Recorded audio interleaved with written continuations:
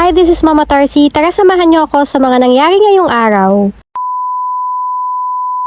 Habang inaantay namin si My Loves, ginaya ko na yung mga bata at inayos ko na yung mga gamit namin na dadalhin papuntang Bulacan. Nabukasan kasi kasal na ng brother-in-law ko at doon na kami magsustay. Dumaan nga muna kami dito sa bilihan ng mga pasalubong tulad itong Pines na brownies. Buti nga at may nag-open na branch nito dito sa may Mexico. First time din nga nila itong matitikman at magugustuhan nila yan sigurado dahil hindi masyadong matamis. Sunod naman ay dumaan din kami dito sa may LA Bake Shop para bumili ng mga cheese rolls at yung kanilang bagong Milky Donuts. Dumiretso na nga kami dito sa San Jose del Monte, Bulacan at nag-rent sila ng place na pagsustayan naming family. Pagbukas pa nga lang namin ng gate and amazed na kami dahil sa ganda ng view sa loob. Sobrang ganda ng nature vibes. Perfect yung blend ng cozy atmosphere at yung natural beauty. Sobrang nakaka-relax. Swimming pool din nga sila dito sa loob kaya ayan si Ate Riona, ala na namang tigil sa kakapaalam na magsuswimming daw agad. Akala mo hindi sumuka sa biyahe kung makapagpaalam. Pasok na nga kami dito sa loob at nag-bless muna kami sa father-in-law ko. Swimming na din kasi yung mga pinsan nila kaya excited na din itong si Ate Riona at si Ryan pumunta doon sa pool. Pero sabi ko magpahinga muna sandali at kumain muna dahil hanggang bukas pa naman kami dito. Napakaganda din nga dito sa loob, napaka-presko. Halos sabay lang din pala kami dumating at kakarating lang din nila dito. Ito nga tinaayos na namin yung mga daladala naming food para makapag-merienda muna. At ito nga yung mga nabili ko kanina doon sa LA Bake Shop, yung kanilang pusit and saymada, tapos yung cheese roll, tapos yung Milky Donuts. Papasaklolo na nga itong si Ryan sa lola niya para makapag-swimming na doon. Kaya pinapakain ko na din dyan para makalangoy na siya doon. Nagustuhan din nga niya itong brownies ng Pines kaya nakarami din siya ng kain. Nilhan pa nga namin siya ng Jollibee bago kami pumunta dito. Kaso, pinili niya talaga yung brownies. Sumunod na din nga itong si Ate Riona, tapos na din siyang kumain, kaya nagbihis na din siya ng pang-swimming niya. Buti nga at mababaw lang itong swimming pool at meron pang harang dyan para sa mga bata. At habang nandyan pa nga yung papa nila,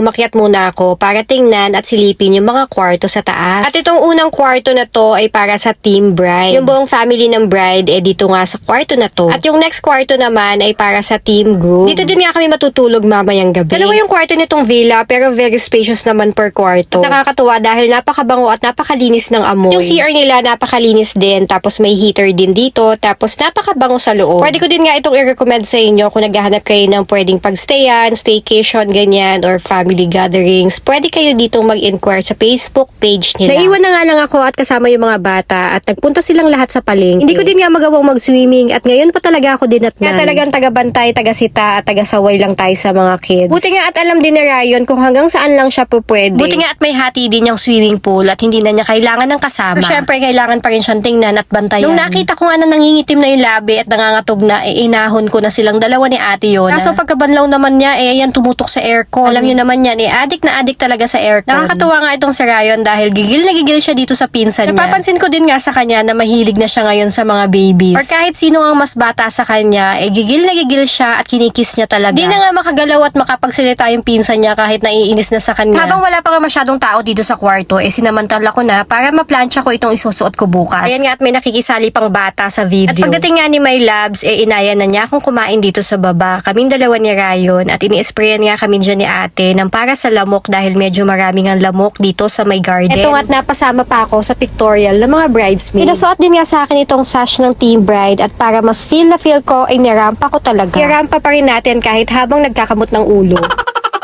At syempre ito ang aking brother-in-law na groom-to-be. Papasukin na nga nila ang buhay may asawa. Kaya congratulations and best wishes sa kanilang dalawa. Hindi nga halatang stress yung dalawang yan sa pag-organize ng kanilang wedding. Kakakain nga lang namin dun sa labas, may kainan naman dito sa loob. O siya, babalitaan ko na lang kayo sa mga ganap doon sa wedding.